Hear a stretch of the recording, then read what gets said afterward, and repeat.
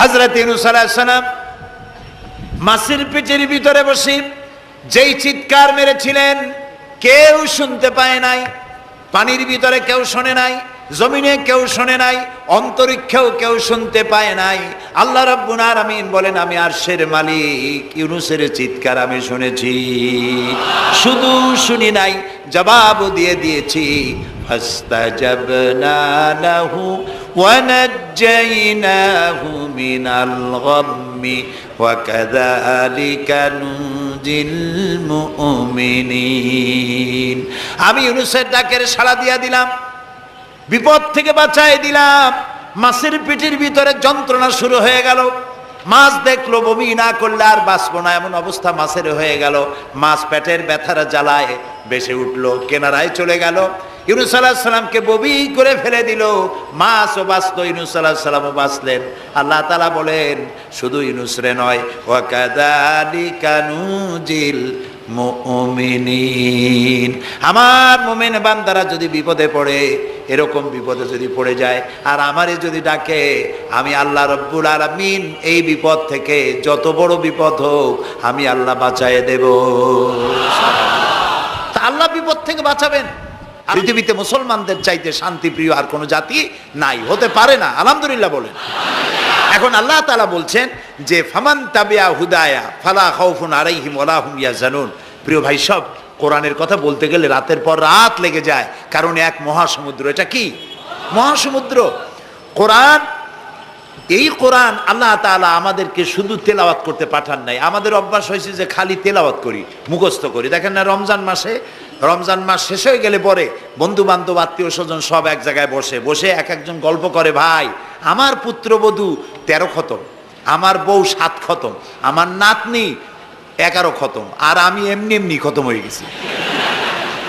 প্রিয় ভাই সব, আপনারা বলেন, কোরআন শরীফকে এইভাবে শুধু খতম করার জন্য আসছে? আমি কিন্তু আপনাদের কোরআন শরীফ পড়া বা খতম করা নিষেধ করছি না। আমি উদ্দেশ্য বোঝাতে চাচ্ছি, আল্লাহ তাআলা এই কোরআনের জন্য নাজিল করেন নাই যে আমরা জ্বলবো আর পড়বো আর বুঝবো না।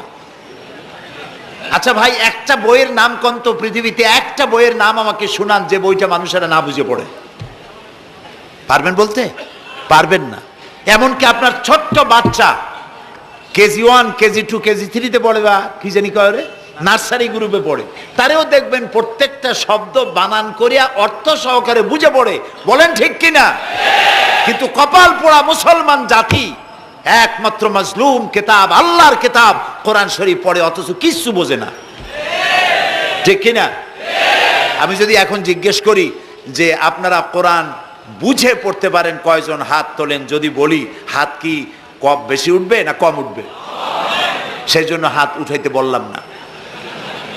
এটা আমাদের জন্য কপাল পোড়ার লক্ষণ। কি পোড়ার লক্ষণ? বিশ্বাস করুন ভাই, কোরআন শরীফ তাবিজ লেখার জন্য আসে নাই, কোরআন শরীফ ঝুলে ঝুলে আপনি পড়বেন এই জন্য আসে নাই। কোরআন আসছে তেলাওয়াত করবেন, বুঝবেন, আমল করবেন। হাদিস শরীফে এসেছে কোন সাহাবীর এক একটা সূরা শেষ করতে বছরের পর বছর চলে যেত। কারণ কি?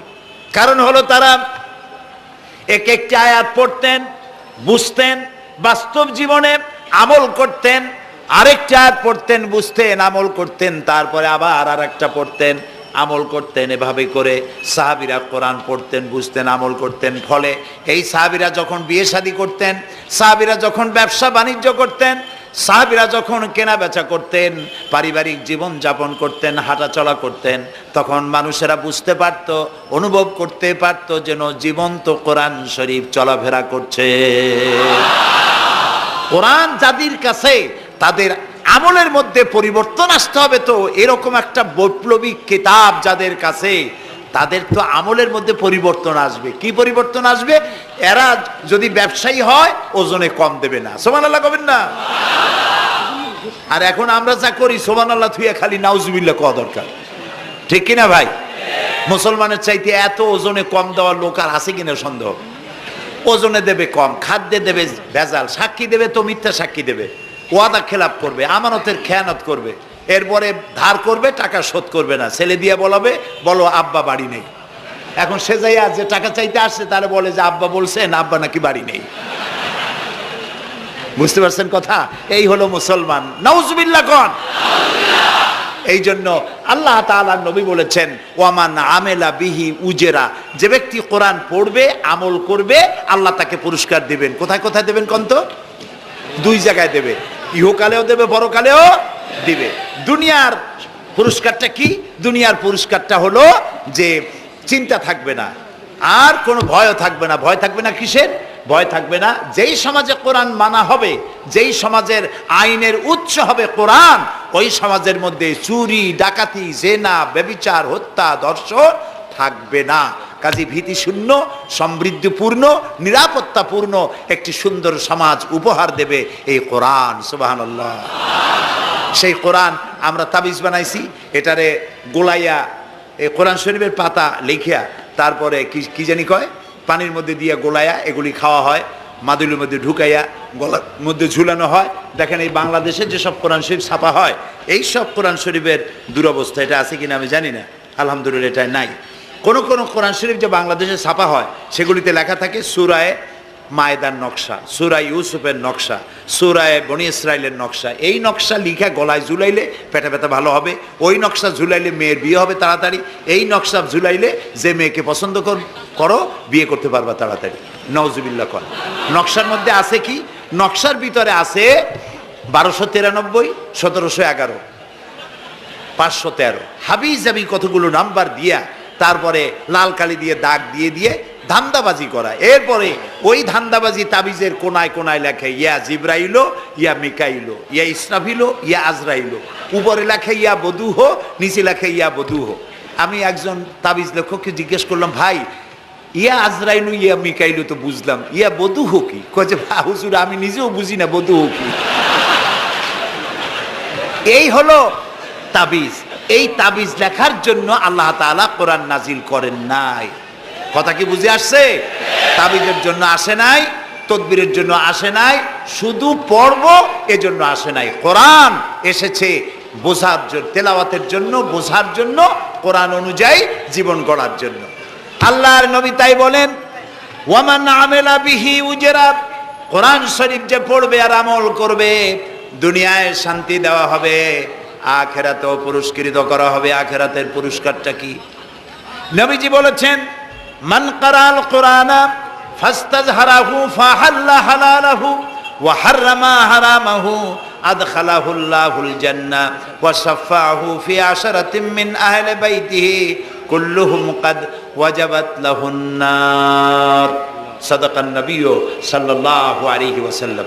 নবী করিম সাল্লাল্লাহু আলাইহি ওয়াসাল্লাম বলেছেন যে ব্যক্তি কোরআন পড়লো, বুঝলো, আর কোরআনের হালালকে হালাল জেনে চললো, হারাম থেকে বিরত থাকলো, আর কোরআনের আইনকে প্রতিষ্ঠিত করার আন্দোলনে শরীক হলো, সুবহানাল্লাহ গণ, এরকম লোককে আল্লাহ তাআলা কিয়ামতের দিন জান্নাত দান করবেন। সুবহানাল্লাহ।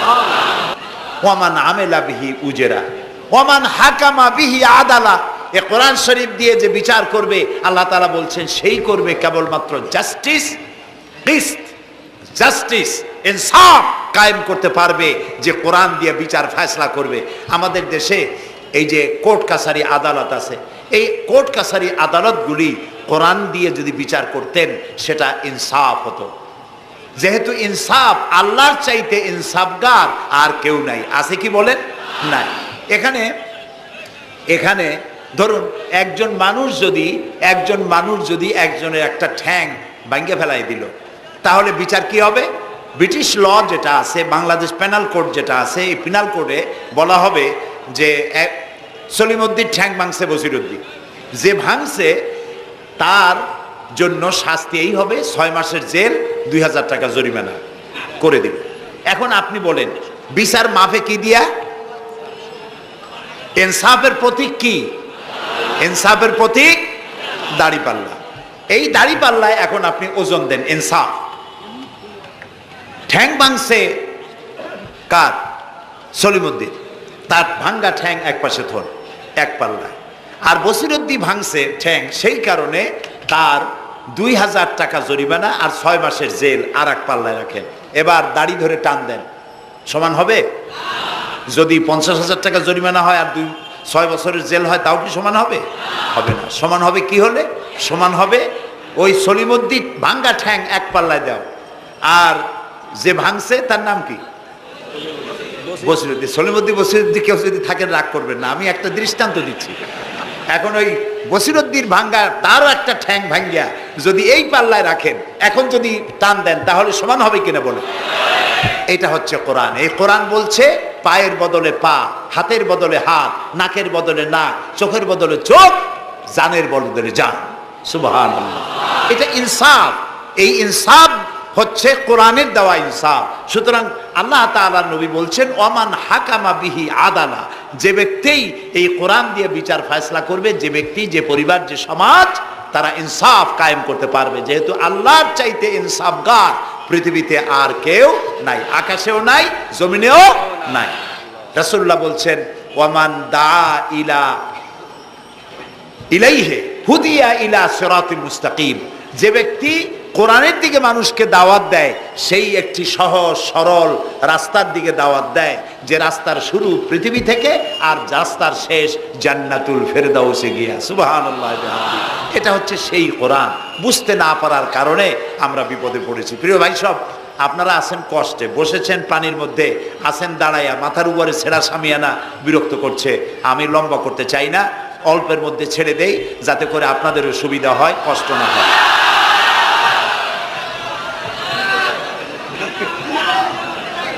আমি না, তবুও আমি খুব লম্বা করব না, অল্পতে আমরা যাতে বুঝতে পারি এরকম একটু কথা আমি বলতে চাই, একটু বলি।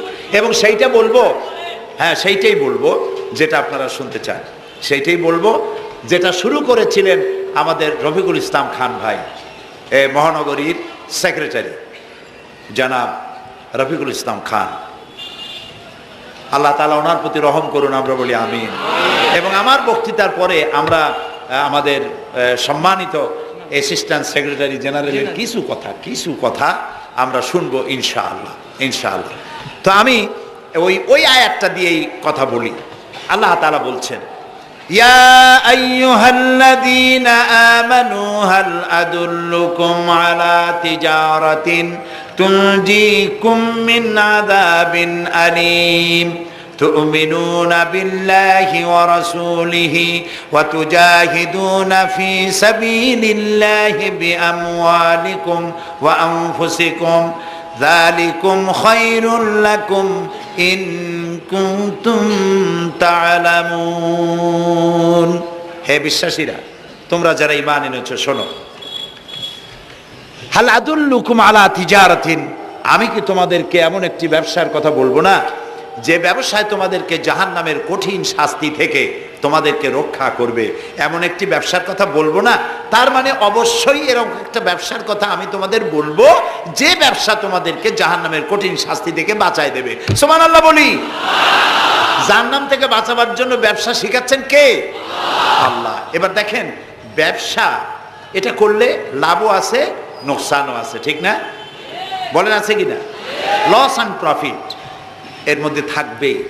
কিন্তু আল্লাহ রাব্বুল আলামিন বলেন আমার সঙ্গে যে ব্যবসা করবে ওই ব্যবসাটা হচ্ছে তিজারাতান লান তাবুর।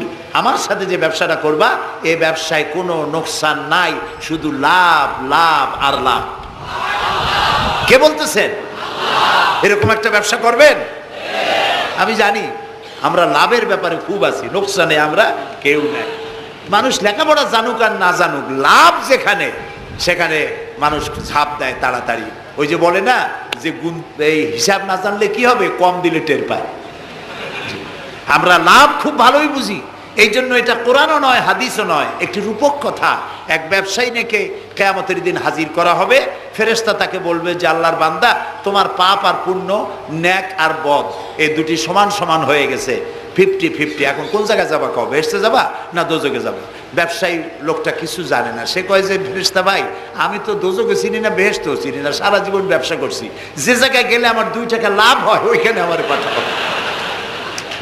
তো মানুষ লাভ খুব ভালো বোঝে এবং লাভের দিকে মানুষ ঝোঁকে বেশি। এই জন্য আল্লাহ তাআলা বলছেন হাল আদুল্লুকুম আলা তিজারাতিন তুনজিকুম মিন আযাবিন আলিম, যেটা লাভ আর লাভ। আমার সাথে ব্যবসা করো, শুধু লাভ হবে। তো এই ব্যবসার মধ্যে পুঁজি হলো 3টা। ব্যবসার মধ্যে পুঁজি কয়টা? 3টা। আল্লাহ রাব্বুল আলামিন বলেন তুমিনুনা বিল্লাহি ওয়া রাসূলিহি ওয়া তুজাহিদুনা ফি সাবিলিল্লাহ। তিনটি পুঁজি, একটি হলো আল্লাহর প্রতি ঈমান, রাসূলের প্রতি ঈমান এবং আল্লাহর রাস্তায় জিহাদ করা মাল দিয়া জান দিয়া। এই কয়টা হলো? তিনটা। চলুন এই তিনটি কথার ব্যাখ্যা করে তারপরে মোনাজাত করব সংক্ষেপে, যেন আমরা আল্লাহর সাথে ব্যবসাটা শুরু করতে পারি আজকে থেকেই। আল্লাহ যেন তৌফিক দেন, বলেন আমিন। এক নম্বর হচ্ছে তুমিনুনা বিল্লাহ, আল্লাহর প্রতি বিশ্বাস, আল্লাহর প্রতি ঈমান, বলেন আল্লাহর প্রতি ঈমান। এখন আপনারা বলবেন যে এটা তো কোনো নতুন কথা হলো না, আল্লাহর প্রতি ঈমান আনছি, যদি ঈমানই না থাকতো তাহলে কি বৃষ্টির মধ্যে এই পানির মধ্যে আমরা কি বসে থাকতাম? 100% সত্য কথা। ঈমান না থাকলে কেউ আসতেনও না, আর এই পানির মধ্যে ঝড়ের মধ্যে বাঁশ ভাঙ্গে মাথায় পড়তে পারে এই ঝুঁকি নিয়ে বসতেন না, ঠিক কিনা ভাই? আমরা সবাই ঈমানদার। তবে আল্লাহর উপর ঈমান আনতে হলে 4টি শর্ত লাগে। কয়টি শর্ত? 4টি শর্ত ফুলফিল করলে আল্লাহর উপরে ঈমান এনেছি বলে প্রমাণিত হবে, নইলে আল্লাহ আছে একথা নুরা পাগলাও বলছে। নুরা পাগলার বলা আর আপনার আমার বলা এটা তো এক হওয়ার কথা না, ঠিক কিনা বলে? তা আল্লাহর উপর ঈমান আনতে হলে শর্ত কয়টা? 4টা। 1 নম্বরের শর্ত হলো আল্লাহর জাত সম্পর্কে স্বীকার করে নেওয়া, আল্লাহর অস্তিত্ব, আল্লাহ আছেন এটা মেনে নেওয়া। তো আল্লাহ আছেন এ ব্যাপারে আমাদের কোনো দ্বিমত নাই, ঠিক না? এবং কোরআনে কারীমের ছোট্ট একটি সূরায় আল্লাহ তাআলা তার নিজের জাত সম্পর্কে এভাবে বলেছেন, কুল হুয়াল্লাহু আহাদ। আমরা জানি না এই সূরা? পড়েন, কুল হুয়াল্লাহু আহাদ আল্লাহুস সামাদ লাম ইয়ালিদ ওয়া লাম ইউলাদ ওয়ালাম ইয়াকুন লাহু কুফুয়ান আহাদ।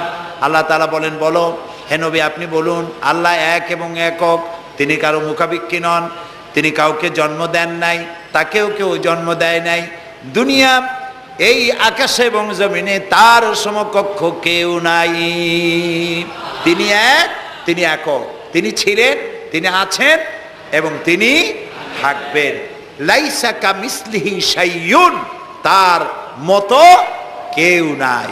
তবে প্রশ্ন ওঠে আল্লাহ আছেন কোথায়? এরকম একটা প্রশ্ন করা যেতে পারে, আল্লাহ কোথায় আছেন? বলতে পারবেন কোথায় আছে? এটি নিয়ে বিভ্রান্তি আছে মানুষের মধ্যে। কেউ বলেন আল্লাহ সদা সর্বত্র বিরাজিত, সব জায়গায় তিনি আছেন। এই কথাটি সত্য নয়। আল্লাহর যদি সব জায়গায় থাকা লাগে তাহলে পৃথিবীর মধ্যে ভালো জায়গাও আছে, খারাপ জায়গাও আছে। আছে না খারাপ জায়গা? আমি সেসব জায়গার নাম নিলাম না, আপনারা বুঝে নেন। তাহলে আল্লাহ সব জায়গায় থাকলে এই কথা যদি সত্য হয় তাহলে এটি অত্যন্ত বেয়াদবিমূলক কথা, এ কথা ঠিক না। আল্লাহ আছেন কোথায়? আল্লাহ নিজেই বলছেন তিনি কোথায় আছেন। কোরআনে কারীমে রব্বুল আলামিন তিনি কোথায় আছেন একথা তিনি নিজেই বলে দিয়েছেন, আর রহমানু আলাল আরশি ইস্তাওয়া।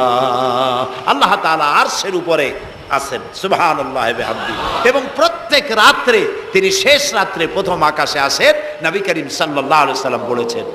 প্রিয় ভাই সব, তো আল্লাহ তাআলা সদা সর্বত্র বিরাজমান যে কথাটা বলা হয় এটা আক্ষরিক অর্থে ওরকম না, এটা ব্যাখ্যা সাপেক্ষে কথা।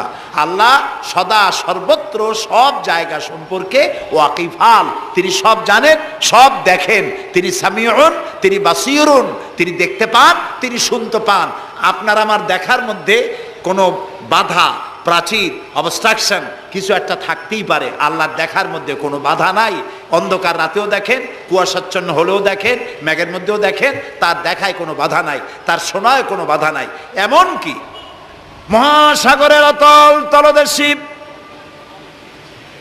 ছোট্ট পাথরের গায়ে লাগানো একটি ছোট্ট পোকা, যাকে মাইক্রোস্কোপ যন্ত্র ছাড়া দেখা যায় না, এমন ছোট্ট সূক্ষ্ম একটি পোকাও যদি, ক্ষুদ্র একটি পোকাও যদি পেটের জ্বালায় অথবা ক্ষুধার জ্বালায় চিৎকার মারে, কেউ শুনতে পায় না। আরশের মালিক আল্লাহ রব্বুল আলামিন তা শুনতে পান। এ হচ্ছে আল্লাহ, তিনি সব শুনতে পান, সব দেখতে পান।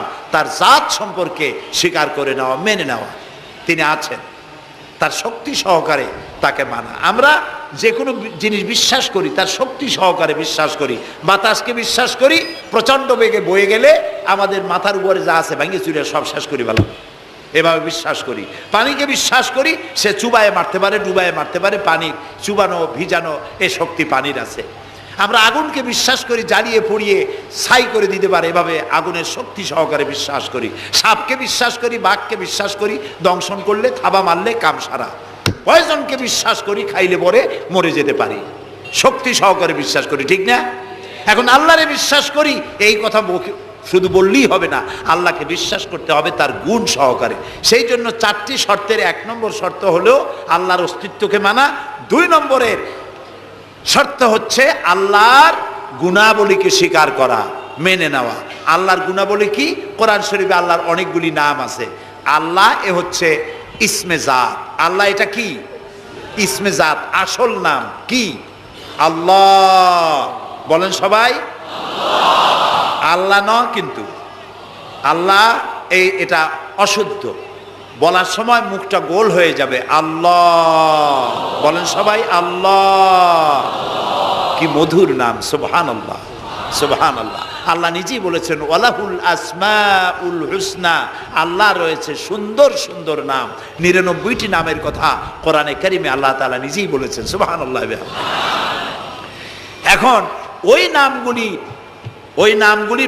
নামগুলিকে বলা হয় সিফাতি নাম, অর্থাৎ গুণবাচক নাম। এই গুণ সহকারে তাকে স্বীকার করতে হবে। তিনি রাজ্জাক, খেতে দেওয়ার মালিক কে? আল্লাহ। তিনি রব, সৃষ্টি করেন। তিনি খালেক, তিনি স্রষ্টা। তিনি রব, তিনি প্রতিপালনকারী।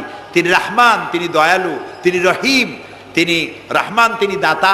রহিম, তিনি দয়ালু। অর্থাৎ প্রত্যেকটা নামের এক একটা শব্দ অর্থ আছে এবং সেই অর্থ সহকারে বিশ্বাস করতে হবে তাকে। এই বিশ্বাস যদি আমরা করতে পারি তাহলে শিরক থেকে আমরা বাঁচতে পারবো, সুবহানাল্লাহ বলেন। আচ্ছা বলেন তো, সন্তান দেওয়ার মালিক কে? সন্তান না দেওয়ার মালিক কে? হায়াতের মালিক কে? মওতের মালিক কে? খেতে দেওয়ার মালিক কে? কষ্ট দেওয়ার মালিক কে? কষ্ট থেকে বাঁচাবার মালিক কে? সব কিছুর মালিক কে? এইভাবে আমরা কি বিশ্বাস করি? না, সবাই করি না। যারা বলেছেন আমিও বিশ্বাস করি, হ্যাঁ বিশ্বাস আমাদের থাকতে পারে, কিন্তু অনেক লোক আছে এভাবে বিশ্বাস করে না বলেই বিবাহ করেছে, সন্তান হয় না। তখন শাহ আলী বাগদাদি রহমতুল্লাহ আলাইহের মাজারে গিয়া সেখানে বসে তার ওই মাজারের কাছে গিয়ে চাইলো আমারে সন্তান দাও, খাজা বাবার সন্তান দাও। অথবা হাইকোর্টের মাজারে বৃহস্পতিবার দিন গিয়ে ভিড় করলো, বাবা সন্তান দাও, অথবা মামলায় পড়েছি বাঁচায় দাও, পরীক্ষা দেবে ছেলে পাস করায় দাও ইত্যাদি। বলেন এরকম? বলে না? জায়েজ নাই, একদম জায়েজ নাই। কাকে বলতে হবে? আল্লাহর নবী বলেছেন ওয়াইজা সাআলতা ফাসআলিল্লাহ, কিছু বলতে চাইলে আল্লাহরে বলো। ওয়াইজা সাআলতা ফাসআলিল ফাস ওয়াইজা ইসতাআনতা ফাসতাইন বিল্লাহ, সাহায্য যদি চাও আল্লাহর কাছে সাহায্য চাও। আমরা সূরা ফাতিহার ভিতরে প্রত্যেক নামাজের প্রতি রাকাতেই বলি ইয়্যাকা না'বুদু ওয়া ইয়্যাকা নাস্তাঈন। হে আল্লাহ তাআলা, একমাত্র তোমার ইবাদত করি আর একমাত্র তোমারই কাছে সাহায্য কামনা করি। হযরত ইব্রাহিম আলাইহিস সালাম আমাদের জাতির পিতা। একটু আগে আমরা বলছি না সবাই, ইব্রাহিম আলাইহিস সালামকে আগুনে, এটারে এদিক ফিরিয়ে দিল কে? ইব্রাহিম আলাইহিস সালামকে আগুনে যখন ফেলে দেওয়া হচ্ছিল তখন হযরত জিবরাইল এসে বলছিলেন আমার কাছে সাহায্য চাও ইব্রাহিম, আমি তোমারে আগুন দিয়ে বাঁচায় দেব। এই যে ইব্রাহিম আলাইহিস সালামের কাছে তাকে সাহায্য দেওয়ার জন্য বলা হলো, এটা কি ঘোরাঘুরি করে? এই মাইকের হর্ন ঘুরান কেন? যেমন ছিল ওই দিকে দিয়ে দেন, আমারে শোনায় তো লাভ নাই।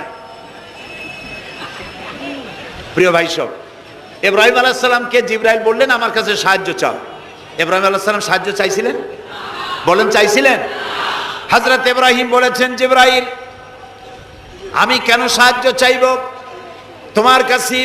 আমি তো এমন কোন অন্ধ আল্লাহর ইবাদত করি না যিনি তার নিজের চোখে তার গোলামের দুঃখ দুর্দশা দেখতে পান না। আল্লাহ কি দেখছেন না যে আমি বিপদে পড়ছি? আমি তোমার কাছে কেন সাহায্য চাইবো?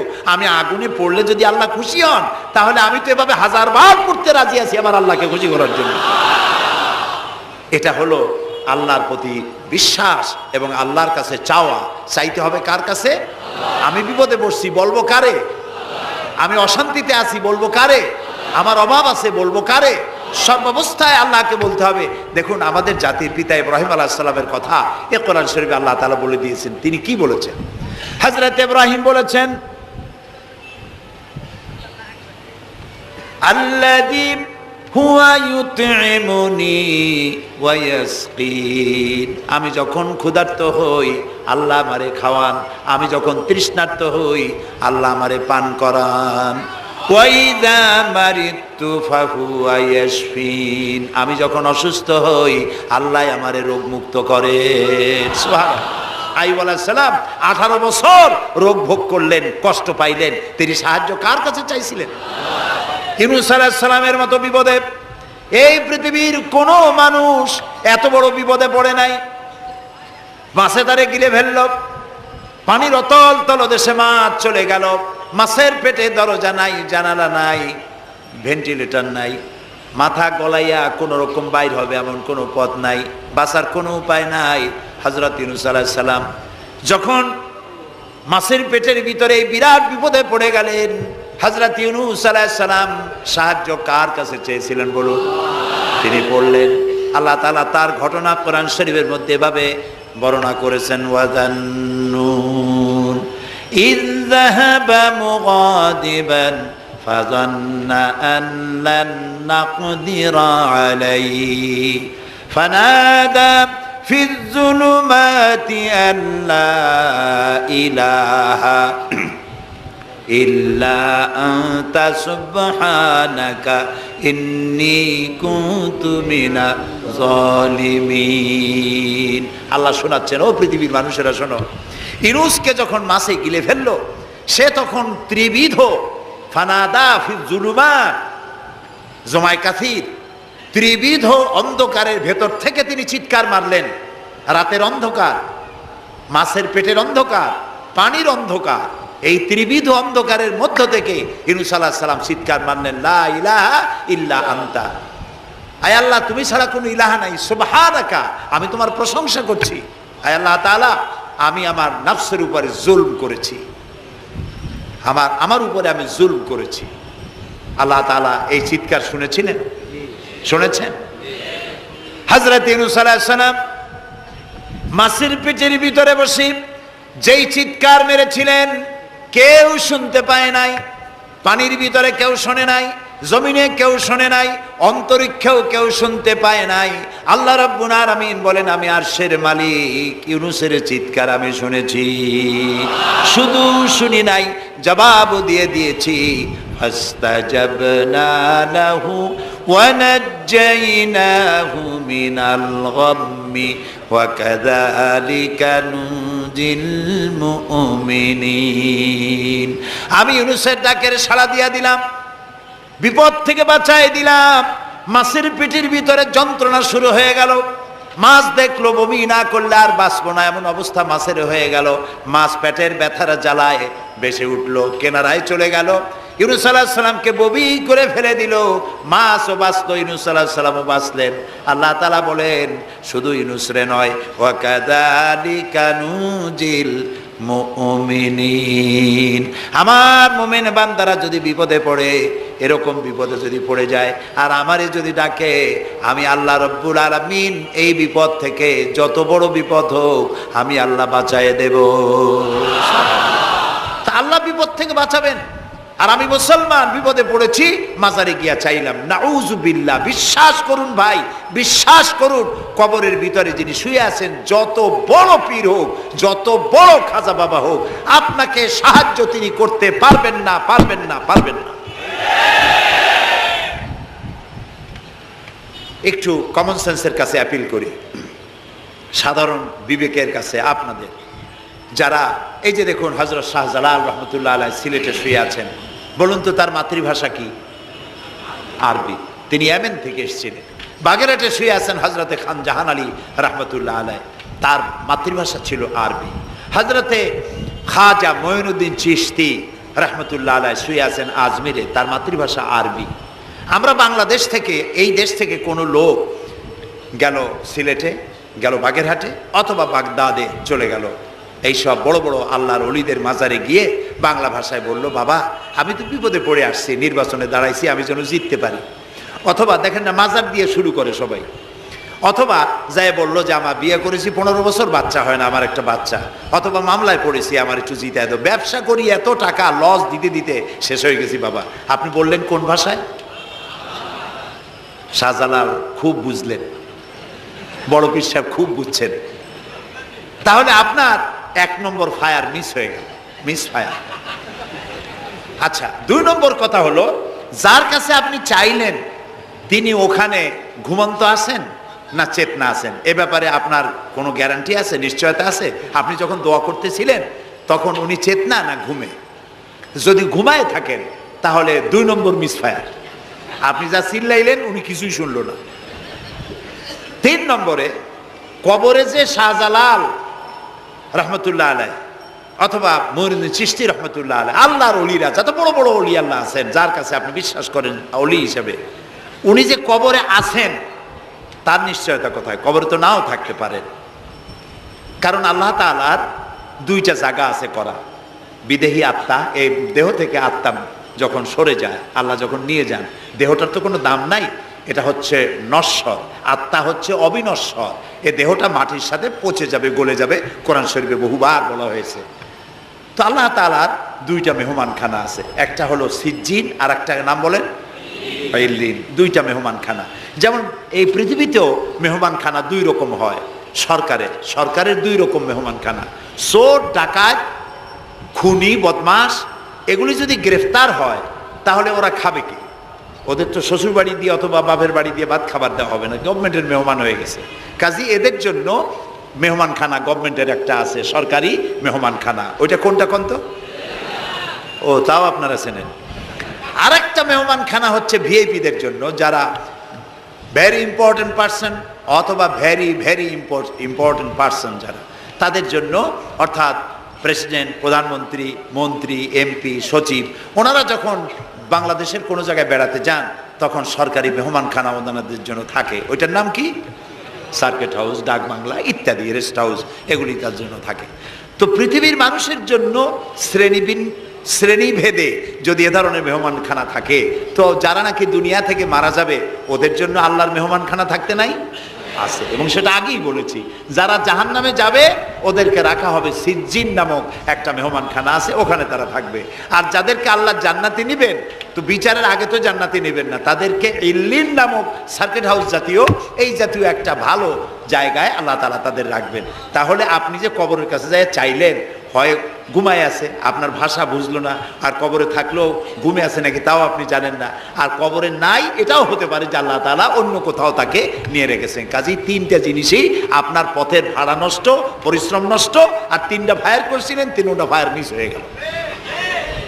তাহলে হবে এমন সত্তার কাছে, কোনো পীর নয়, বুজুর্গ নয়, খাজা বাবা নয়, চাইতে হবে এমন সত্তার কাছে যিনি কখনো ঘুমান না, যিনি বাংলাও বোঝেন, ইংরেজিও বোঝেন, আরবিও বোঝে, উর্দুও বোঝে, সকল ভাষা যিনি সৃষ্টি করেছেন, সেরকম কেউ কি আছেন? আছেন? কি নাম তা? এক আঙ্গুল আকাশের দিকে উঁচু করে বলেন, নাম কি?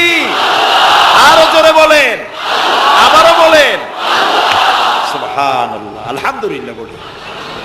এই জন্য নবী করিম সাল্লাল্লাহু আলাইহি ওয়াসাল্লাম বলছেন, ওয়াইজা সাআলতা ফাসআলিল্লাহ, কিছু বলতে হলে আল্লাহরে বলো।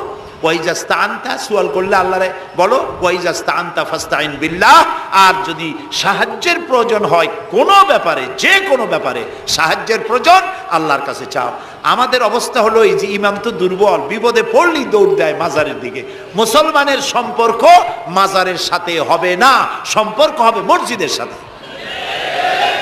আল্লাহর নবী যখনই বিপদে পড়তেন, মুসিবতে পড়ে যেতেন, সঙ্গে সঙ্গে উজু করে মসজিদে নববীর ভিতরে প্রবেশ করতেন, 2 রাকাত কাজায়ে হাজাতের নামাজ পড়তেন, আল্লাহর দরবারে হাত তুলতেন, চোখের পানি ছেড়ে দিতেন, আল্লাহ রাব্বুল আলামিনের দরবারে মোনাজাত কবুল হয়ে যেত।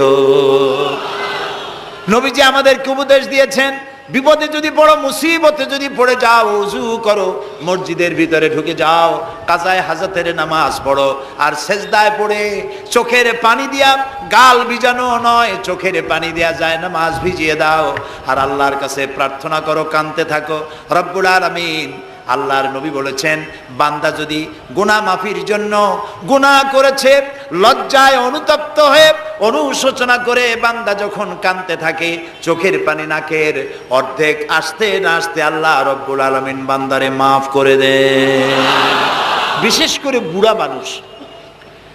আমাদের মধ্যে দুই শ্রেণীর লোক আছে, যুবক আর বৃদ্ধ। মাহফিলগুলিতে আল্লাহর মেহেরবানি যুবকেরা অনেক বেশি আসে, আলহামদুলিল্লাহ বলে। এরকম আসতে করলেন কেন?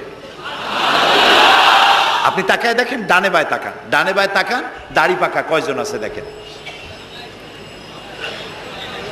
2%, 3% or 5% দাড়ি পাকা হতে পারে। 95% যুবক আর যুবক। সুবহানাল্লাহ, আলহামদুলিল্লাহ। বামপন্থীদের এখানেই কষ্ট, এখানেই কষ্ট। তারা চিন্তা করে এত কষ্ট করিয়া পয়সা করি দিয়া তারপরে কর্মী বানাইলাম, একটা মাহফিলে গিয়া কি এর একটা সমাবেশ দেখলো, মাহফিলে গেল, আমাদের পুকুরের জিয়ানো মাছগুলি সব ইসলামের পুকুরে চলে গেল। এটা তাদের জন্য হেভি লস। তা আসলে ওরা ধরে রাখতে পারবে না, ঠেকাইতে পারবে না। গায়ে তো মুসলমানের রক্ত, রক্ত কার? এসব যুবকেরা একটা মুসলিম মায়ের পেটে জন্মগ্রহণ করেছে, একটা মুসলিম পিতার জন্মে আসছে। আর রাসূলুল্লাহ যুবকদের ব্যাপারে যে কত কথা বলেছেন, সুবহানাল্লাহ বলো। আগেই রাসূলুল্লাহ বলেছেন, কিয়ামতের দিন আল্লাহর আরশের ছায়া ছাড়া কোনো ছায়া থাকবে না, প্রচন্ড রৌদ্র হবে, জমিনটা তামার মতো হয়ে যাবে। ইন্না লিল্লাহি ওয়া ইন্না ইলাইহি রাজিউন। সেই জায়গায় আরশের নিচে 7 শ্রেণীর লোকদেরকে আল্লাহ তাআলা জায়গা দেবেন। কয় শ্রেণী? ওর মধ্যে এক শ্রেণী হচ্ছে অশাবুন নাশা ফি ইবাদাতিল্লাহ, ওই সব যুবক যারা রাত কাটিয়েছে আল্লাহর ইবাদতের মধ্য দিয়ে। সুবহানাল্লাহ।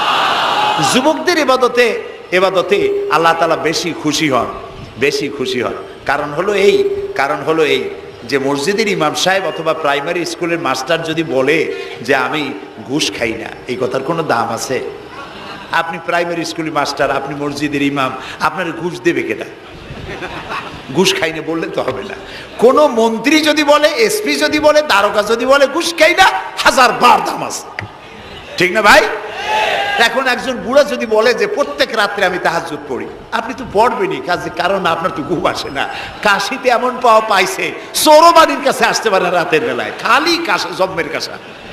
আর যুবকের তো তামাম দুনিয়ার ঘুম আইসে ঠাইসে ধরে।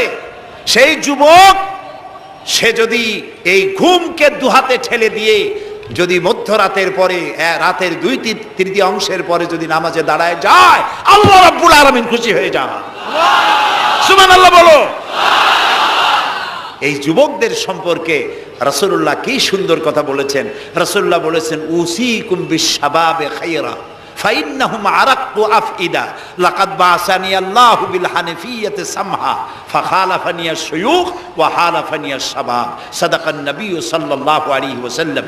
নবী করিম সাল্লাল্লাহু আলাইহি ওয়াসাল্লাম বলেছেন, আমি তোমাদেরকে উপদেশ দিচ্ছি, তোমরা যুবকদের ব্যাপারে কল্যাণকামী হবে।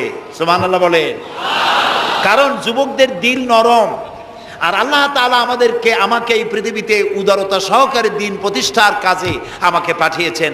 আর এই পৃথিবীতে আমার আল্লাহর দেওয়া ইসলাম প্রতিষ্ঠা করার কাজে আমার বিরোধিতা করেছে বুড়োরা, আর সহযোগিতা করেছে যুবকেরা। দেখেন না, রাসূলুল্লাহর সাথে বিরোধিতা কারা করলো? তাদের বয়স কত?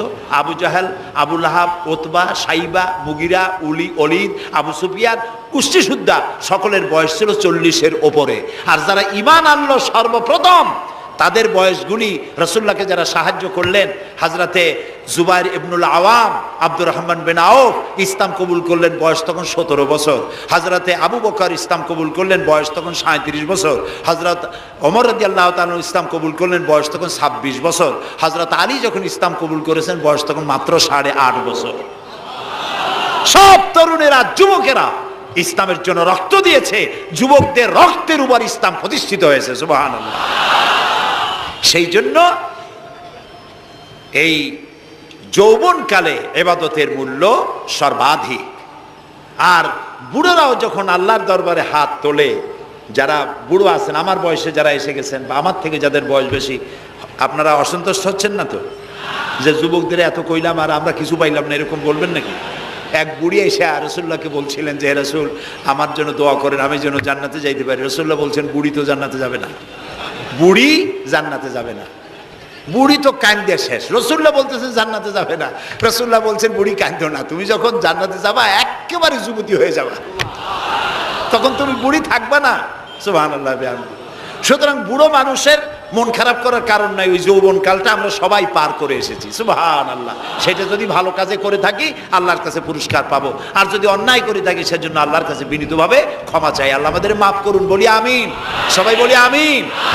যুবক ভাইয়েরা আর বৃদ্ধদেরকে এখন আরেকটি কথা বলতে চাই, সেটা হলো বুড়োরা যদি আল্লাহর কাছে যখন হাত তোলে, আল্লাহ তাআলা বলেছেন, হে রাসূল, ইসলামের মধ্যে থেকে যে চুল দাড়ি পাকাইছে, ইসলামের মধ্যে থেকে দাড়ি চুল পাকায় ফেলেছে, এই অবস্থায় আমার কাছে যদি হাত তোলে আর কাঁদতে থাকে, এই বুড়োটারে আমি খালি হাতে ফেরত দিতে আমার শরম করে। আমি কেমনে বুড়োটারে খালি হাতে ফিরাই? একবার হযরত ওমর রাদিয়াল্লাহু তাআলা আনহু নবী করিম সাল্লাল্লাহু আলাইহি ওয়াসাল্লামের ঘরে প্রবেশ করে দেখছেন তিনি কাঁদছেন। হযরত ওমর জিজ্ঞেস করলেন, ইয়া রাসূলুল্লাহ, আপনি কাঁদছেন কেন? তিনি বললেন, এইমাত্র জিবরিল এসেছিল, জিবরিল এসে আমারে বলে গেল যে আপনার উম্মতের মধ্যে যেই সব লোক ইসলামের মধ্যে থেকে দাড়ি চুল পাকিয়েছে, কিয়ামতের দিন আল্লাহ তাআলা ওই সব বুড়া বুড়িদেরকে শাস্তি দিতে লজ্জাবোধ করবেন। হযরত ওমর বলেন, ইয়া রাসূলুল্লাহ, এ তো আপনার উম্মতের জন্য শুভ সংবাদ, আপনি কাঁদেন কেন? আল্লাহর নবী বলেন, হে ওমর, আমার কান্নার কারণ ভিন্ন। আমার কান্নার কারণ হচ্ছে আমার লজ্জা করে, আমার লজ্জার অনুভূতিতে আঘাত লাগে এই ব্যাপারে যখন আমি চিন্তা করি যে আল্লাহ রাব্বুল আলামিন যেই বুড়াদেরকে কিয়ামতের দিন শাস্তি দিতে লজ্জা বোধ করবেন, সেই বৃদ্ধ মানুষগুলো আল্লাহর সাথে নাফরমানি করতে লজ্জা বোধ করে না। এই জন্য এই দুঃখে, এই লজ্জায় আমি কান্দি। বয়সের একটা সীমা থাকা উচিত যে আপনি কোন পর্যন্ত পাপ করবেন। বুড়া হয়ে গেছে, তারপরও মদ খায়, তারপরে জেনা, ব্যভিচার, শয়তানি, বদমাশি, দাঁড়িয়ে এগুলি কি? দাড়ি চুল পাকা এগুলি কি? এগুলি আগে পাকতো না কারো। পৃথিবীতে সর্বপ্রথম দাড়ি আর চুল পেকেছে হযরত ইব্রাহিম আলাইহিস সালামের, এর আগে কারো দাড়ি চুল পাকে নাই। ইব্রাহিম আলাইহিস সালাম প্রশ্ন করলেন আল্লাহর কাছে যে আল্লাহ তাআলা, এটা কি হলো আমার? আল্লাহ তাআলা বললেন, এটা হচ্ছে ওয়াকার, এটা মর্যাদা, তোমার সম্মানকে বাড়িয়ে দেওয়া হলো। তো দাড়ি চুল পাকলে সম্মান বাড়ে।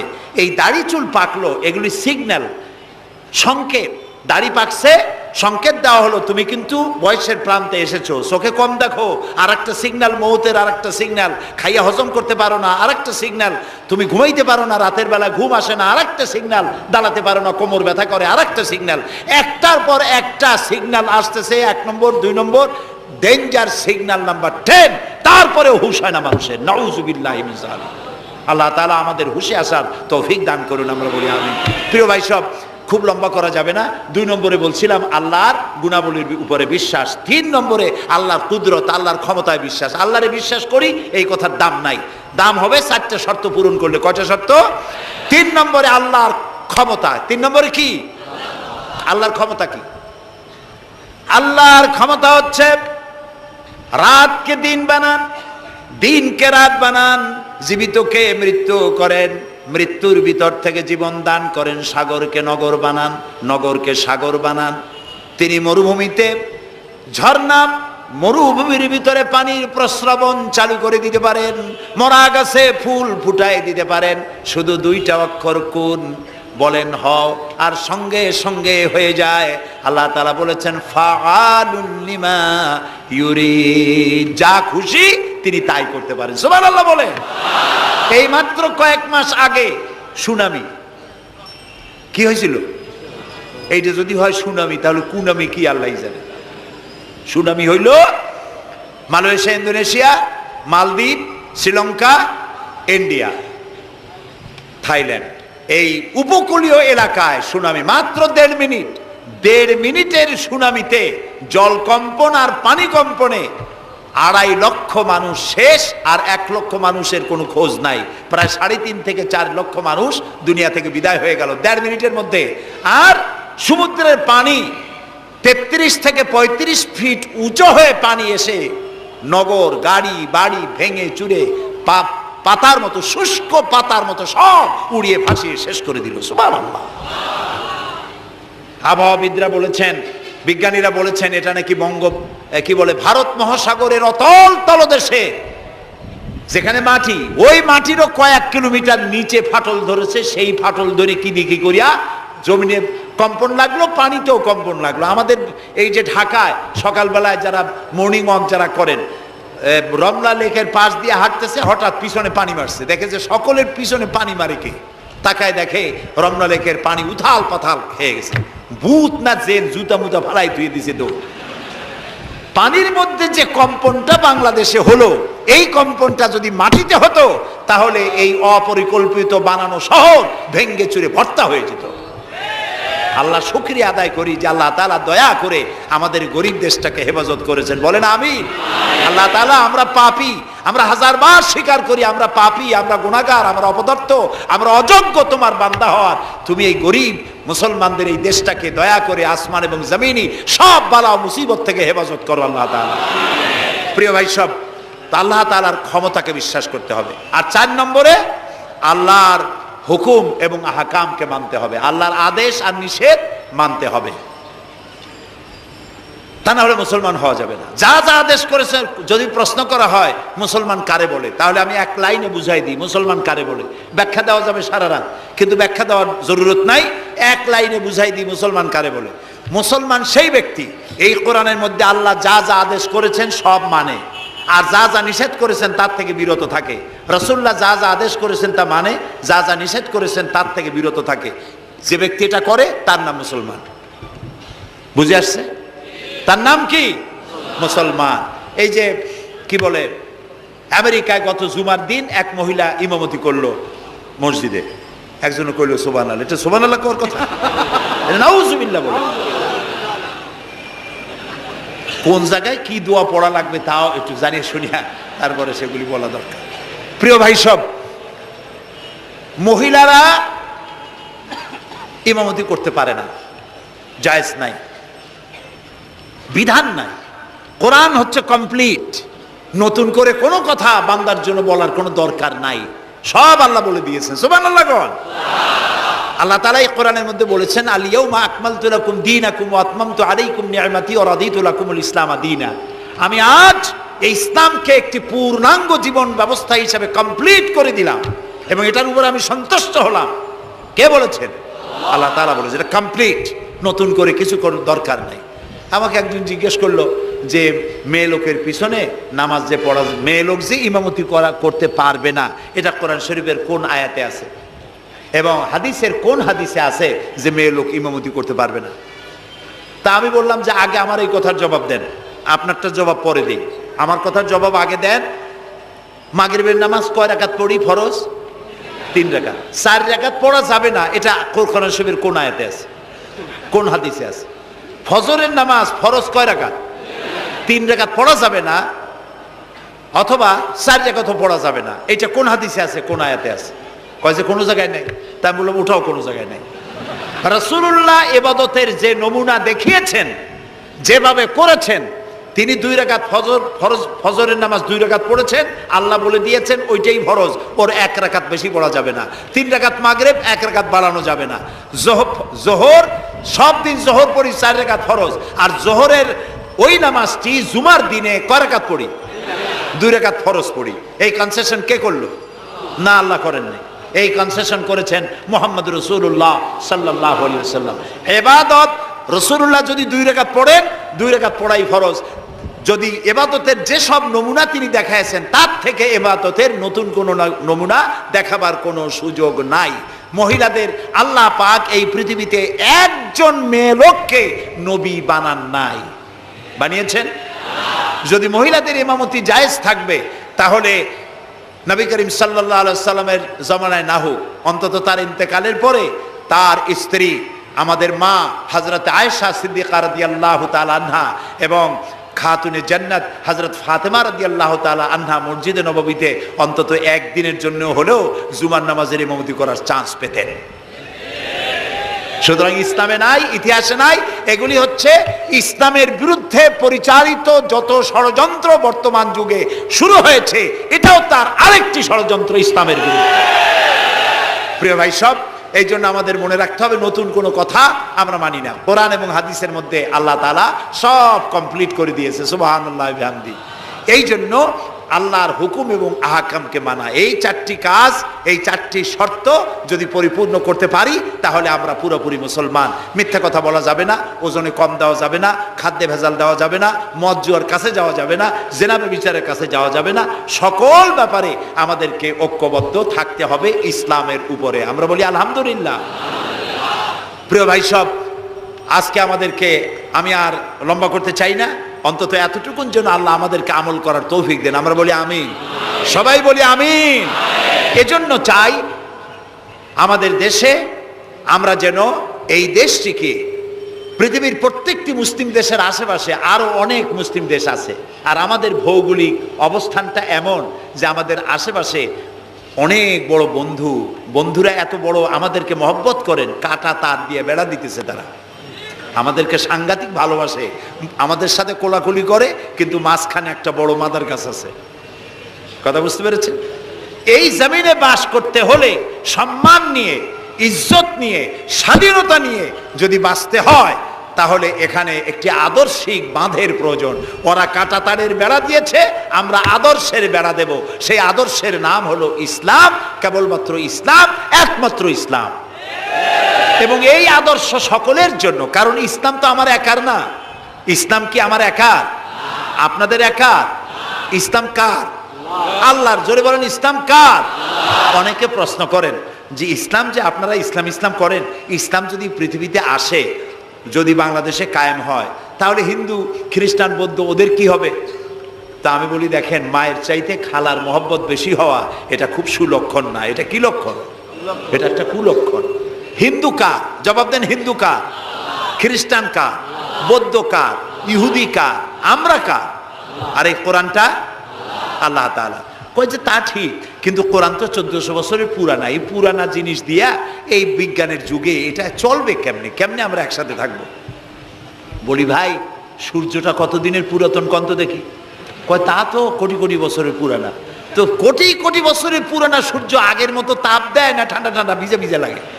কয় যে না, তাপ দেয় তো ঠিক মতো। তো তাপ যদি ঠিক মতো দেয়, সেই তাপ কি শুধু মুসলমানে পায় না হিন্দুরাও পায়? ডাবের পানি যখন আমরা খাই, মুসলমানের মুখে মিষ্টি লাগে, আর হিন্দুরা যখন ডাব খায় তিতের চোটে গাল কানের কাছে যায় না? সবাই সমানভাবে পায়, বলেন? তাহলে কোটি কোটি বছরের পুরানা সূর্য জাতি, ধর্ম, দল, মত নির্বিশেষে বিশ্বব্যাপী যদি তার কল্যাণময়িতা, যদি তার কল্যাণ করতে পারে, তাপ দিতে পারে, আলো দিতে পারে সমভাবে, তাহলে মাত্র 1500 বছর আগের সূর্যের তুলনায় একেবারেই টাটকা কোরআন শরীফ। মাত্র 1500 বছর আগে এই কোরআন শরীফ দিয়ে যদি আইন তৈরি হয়, তাহলে হিন্দুর কোনো অসুবিধা হওয়ার কথা? খ্রিস্টানের, মেয়ে লোকের, পুরুষের, কারো কোনো অসুবিধা হবে? হতে পারি না, যেহেতু এই কথাগুলি কার? আল্লাহ তাআলার কথা। দেখুন, কোরআন যদি মানা হয়, যেখানে মানবেন সেখানে শান্তি, যেখানে মানবেন না সেখানে অশান্তি। আল্লাহ তাআলা এই কোরআন বোঝার তৌফিক আমাদেরকে দান করুন। আমরা বলি আমিন। কোরআন এইভাবে এই সামান্য সময় বোঝানো সম্ভব না, সেই জন্য আমি আপনাদেরকে উপদেশ দেওয়ার মতো আমি এরকম ধৃষ্টতা দেখাবো না। আমি পরামর্শ দিতে চাই আপনাদেরকে, যে সেটা হচ্ছে কোরআন বোঝার জন্য তাফসীর পড়বেন। কি পড়বেন কন্ত? যেই তাফসীরটা পড়লে পরে ইসলাম বুঝবেন, নিজেকে বুঝবেন, নিজের দায়িত্বের অনুভূতি বুঝবেন, সেই তাফসীরটার নাম তাফহিমুল কোরআন। বলেন তো নামটা কি? আর একবার বলেন। 19 খণ্ডে সমাপ্ত। এটি নামটা যদিও আরবি, এটি বাংলায় অনুবাদ করা হয়েছে। বাংলা আমার মায়ের ভাষা, আলহামদুলিল্লাহ কন। বাংলা ভাষার জন্য আমরা গর্বিত, আলহামদুলিল্লাহ কন। আর ভাষার স্রষ্টা পৃথিবীর কোনো মানুষ নয়, ভাষার স্রষ্টা কে? আল্লাহ চুজ করেছেন আমাদেরকে বাংলা ভাষার জন্য, তাই আমরা বাংলা ভাষী। আর বাংলা আমার প্রিয় ভাষা, আমার মায়ের ভাষায়, আমার বাপের ভাষায়, এই বাংলা ভাষায় কোরআন শরীফে অনেক তাফসিরের বাংলা হয়ে গেছে, আলহামদুলিল্লাহ। এবং হাদিস, এমন কোন হাদিস নাই যার বাংলা হয় নাই, এমন কোন ইসলামী সাহিত্য সাহিত্য যা মুসলমানদের জন্য প্রয়োজন তার সবগুলি বাংলা ভাষায় ছাপা হয়ে গেছে আলহামদুলিল্লাহ। কিন্তু আমাদের একটু কপাল খারাপ, এখানে বিমল মিত্রের কড়ি দিয়ে কিনলাম এত বড় বই, এগুলো পড়তে মাথায় যন্ত্রণা হয় না। শরতের রচনাবলী, রবীন্দ্রের রচনাবলী, বঙ্কিমের রচনাবলী পড়তে মাথায় যন্ত্রণা হয় না। বড় বড় নাম করা নাট্যকারদের লেখা এই সেই হাবিজাবি কত বইপত্র সব পড়তে পারে, কিন্তু কোরআন শরীফের একটা তর্জমা, একটা আয়াত, দুইটা আয়াত পড়ার মতো ধৈর্য আমাদের নাই। প্রিয় ভাই সব, যারা পড়ে না তারা পৃথিবী গড়তে পারে না, যারা পড়ে তারাই গড়ে। আপনি চিন্তা করে দেখেছেন গত 100 বছরের ভিতরে এই মুসলমানেরা পৃথিবীকে কিছু উপহার দিতে পেরেছে আবিষ্কার করে? আপনার পকেটে যে মোবাইল, আমার পকেটে যে মোবাইল, এটা আমাদের আবিষ্কার করা না? কম্পিউটার আমাদের আবিষ্কার করা না? কিন্তু যখন আমরা পড়তাম তখন আমরা আবিষ্কারও করতাম। এক সময় ঘড়িটা আমরা আবিষ্কার করেছি, আপনার আমার হাতে যে ঘড়ি, এই ঘড়ি আবিষ্কার করেছে মুসলমানেরা। কম্পাস আবিষ্কার করেছে মুসলমান, অ্যালজাবরা, ম্যাথামেটিক্স, জিওমেট্রি আবিষ্কার করেছে মুসলমানরা। এই সার্জারি, শল্য চিকিৎসা আবিষ্কার করেছে মুসলমানেরা। অনেক বন্দুক, কামান আবিষ্কার করেছে মুসলমানেরা। যারা যখন তারা পড়তো তখন তারা দেশ গড়তো, পৃথিবী তাদের পায়ের উপরে চুমা খাইতো। এখন লেখাপড়া নাই, অন্যের বানানোটা সেইটা গ্রহণ করি। যদি পড়তাম তাহলে নিজেকেও করতে পারতাম, পৃথিবীকেও কিছু দিতে পারতাম। এই জন্য কোরআন শরীফের মধ্যে আল্লাহ তাআলা প্রথম রসুলের কাছে যে আয়াত নাজিল করেছেন সেটা নামাজ না, রোজা না, হজ না, যাকাত না। প্রথম যে কথা বলেছেন সেটা ছিল ইকরা বিস্মি রাব্বিকাল্লাযী খালাক। পড়ো পড়ো, রিড অ্যান্ড রিড। তুমি তোমার প্রভুর নামে, তোমার আল্লাহর নামে পড়ো। আল্লাহ প্রথম কি বলেছেন? পড়ো। সেই পড়ার কাছে আমরা নাই। আমরা কি ওয়াদা করতে পারবো যে এখন থেকে আমরা পড়বো? পারবো ওয়াদা করতে? এই পৃথিবীকে যদি কিছু দিতে চাই, আমার নিজের পরিবার যদি গড়তে চাই, সমাজ এবং রাষ্ট্র বিনির্মাণে যদি কোনো অবদান রাখতে চাই, পড়ার কোনো বিকল্প নাই। আসুন আমরা সবাই মিলে পড়ি, ইসলামের বইপত্র পড়ি, সাহিত্যের কোনো অভাব নাই। ইসলামী সাহিত্যের বিশাল ভান্ডার খুলে দেওয়া হয়েছে বাংলাদেশে। আলহামদুলিল্লাহ কর, জোরে আলহামদুলিল্লাহ কর। তাফহিমুল কোরআন কোথায় আছে খুঁজে বের করতে হবে। মাত্র 1000 টাকা হাদিয়া, মাত্র 1000 টাকা। পানের দোকানেও এখন তাদের পুঁজি অনেক বেশি আলহামদুলিল্লাহ। আমার দেশের মানুষের ইনকাম বাড়ছে আলহামদুলিল্লাহ কর। এইরকম আলহামদুলিল্লাহ কোন আসতে পয়সা বাড়লো আপনাদের? কোন আলহামদুলিল্লাহ। মানুষের না শুকরিটা বেশি। দেখেন রোজার মাসে কাঁচামরিচের দাম একটু বেড়ে গেল, দেখছেন না শুকরি, তখন কি চিল্লা পাল্লা শুরু হয়ে গেল। কাঁচামরিচ 180 টাকা, এই দেশে থাকবো না। তো লোকেরা বলেছে আপনারা যান না কেন?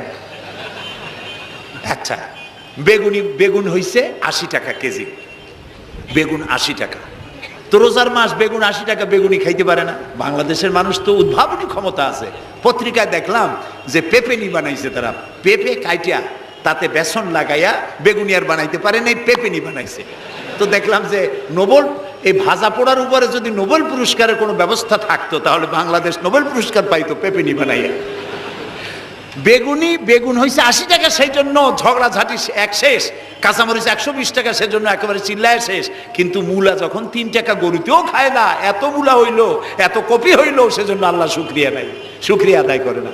মানুষকে আল্লাহ শুকর আদায় করতে হবে। এই দেশ আমাদের, এটা মার্চ মাস, এই দেশে এই মাসেই দেশ স্বাধীন হয়েছিল।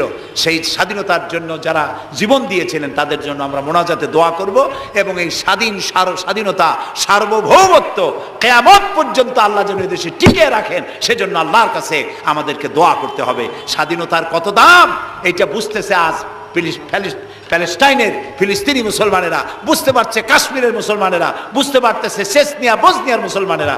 আমরা যেন, আমাদেরকে আল্লাহ তাআলা যেন কিয়ামত পর্যন্ত এই স্বাধীনতার মর্যাদা দেওয়ার তৌফিক আমাদেরকে যেন দেন, আমরা বলি আমিন। প্রিয় ভাই সব, সেই জন্য বলছিলাম পড়তে হবে, বইপত্র কিনবেন, মাত্র 1000 টাকা হাদিয়া। তাফহিমুল কোরআন প্রথম খণ্ডকে যদি একসাথে সব না কিনতে পারেন, অন্তত 1 খণ্ড, 2 খণ্ড, 3 খণ্ড কিনে হলেও পড়বেন। আর 5 ওয়াক্ত নামাজকে সঠিকভাবে আদায় করবেন। যেভাবে ওয়াজ শুনতে আসছেন, তাফসীর শুনতে আসছেন, এইভাবে মসজিদে গিয়ে বা জামাত নামাজ আদায় করবেন। নামাজ পড়লে কপাল খুলবে। কপাল হলো সৌভাগ্যের প্রতীক, আর নাক হলো মর্যাদার প্রতীক। মানুষে বলে না যে ভাই আমার কপাল পুড়ছে, কপালে কি আগুন লাগছিল? পুড়লো কেন? কপাল পুড়ছে মানে ভাগ্য নষ্ট হয়েছে। আবার বলে ভাই আমার নাক কাটা গেছে, তো নাক কাটছে কি দিয়ে? ছুরি দিয়ে না কেসি দিয়ে? নাক কাটা গেছে মানে কি? মানে হলো ছেলে আর মেয়ে এমন কাম করছে বেইজ্জত হয়ে গেছি, আমার নাক কাটা গেছে। তাহলে বোঝা গেল নাক হলো মর্যাদার প্রতীক আর কপাল হলো মর্যাদার প্রতীক। সৌভাগ্যের প্রতীক কপাল আর মর্যাদার প্রতীক হলো নাক। এই নাক আর কপাল দিয়ে কেউ যদি তার ভাগ্য সুপ্রসন্ন করতে চায়, মর্যাদা যদি বৃদ্ধি করতে চায়, দৈনিক 5 বার এই কপাল আর নাক দিয়ে আল্লাহর দরবারে সেজদায় পড়ে যাও। আল্লাহ রাব্বুল আলামিনকে যত সেজদা দিবে আল্লাহ তত খুশি হয়ে যাবে। নামাজ নামাজ রাসূলুল্লাহ বলেছেন, মান তারাকা সালাতান মুতাআম্মিদান ফাকাদ কাফারা, ইচ্ছে করে যে নামাজ ছেড়ে দেবে কাফের হয়ে যাবে। কথা বুঝে আসছে ভাই? রাসূলের হাদিস, কাফের হয়ে যাবে। নামাজ না পড়লে মুসলমান বলে দাবি করার হক তার নাই। 5 ওয়াক্ত নামাজ সঠিকভাবে আদায় করতে হবে। নামাজ জীবনে আর ছাড়বো না, এই ওয়াদা করা যাবে? যারা পারবেন কেবলমাত্র তারাই 2 হাত উঁচু করেন, বলেন ইয়া আল্লাহ, তোমার পবিত্র নামে শপথ করি, কসম করি, যতদিন পর্যন্ত মালাকুল মউত আমার মাথার কাছে না আসতেছে ততদিন পর্যন্ত ফরজ নামাজ, ফরজ রোজা আর ছেড়ে দেব না, আর ছাড়বো না, আর ছাড়বো না। এবার বলেন ইয়া আল্লাহ, আমার মৃত্যু পর্যন্ত আমার আজকের এই ওয়াদা আমাকে পালন করার তৌফিক দাও। আমিন আমিন ইয়া রাব্বাল আলামিন। সবাই হাত নামান, এক্ষুনি মোনাজাত করব। মোনাজাতের জন্য দাঁড়ানো ভাইরা মেহেরবানি করে একটু বসেন। আমি এতক্ষণ কিন্তু একবারও বলি নাই যে বসেন বসেন বসেন। এবার মোনাজাত হবে, মোনাজাতের জন্য মেহেরবানি করে একটু বসেন। মোনাজাতটা বসে করাই আদব করে নেবেন। আল্লাহুম্মা আমিন। ربنا ظلمنا أنفسنا وإن لم تغفر لنا وترحمنا لنكونن من الخاسرين سبحانك اللهم وبحمدك نستغفرك ونتوب إليك।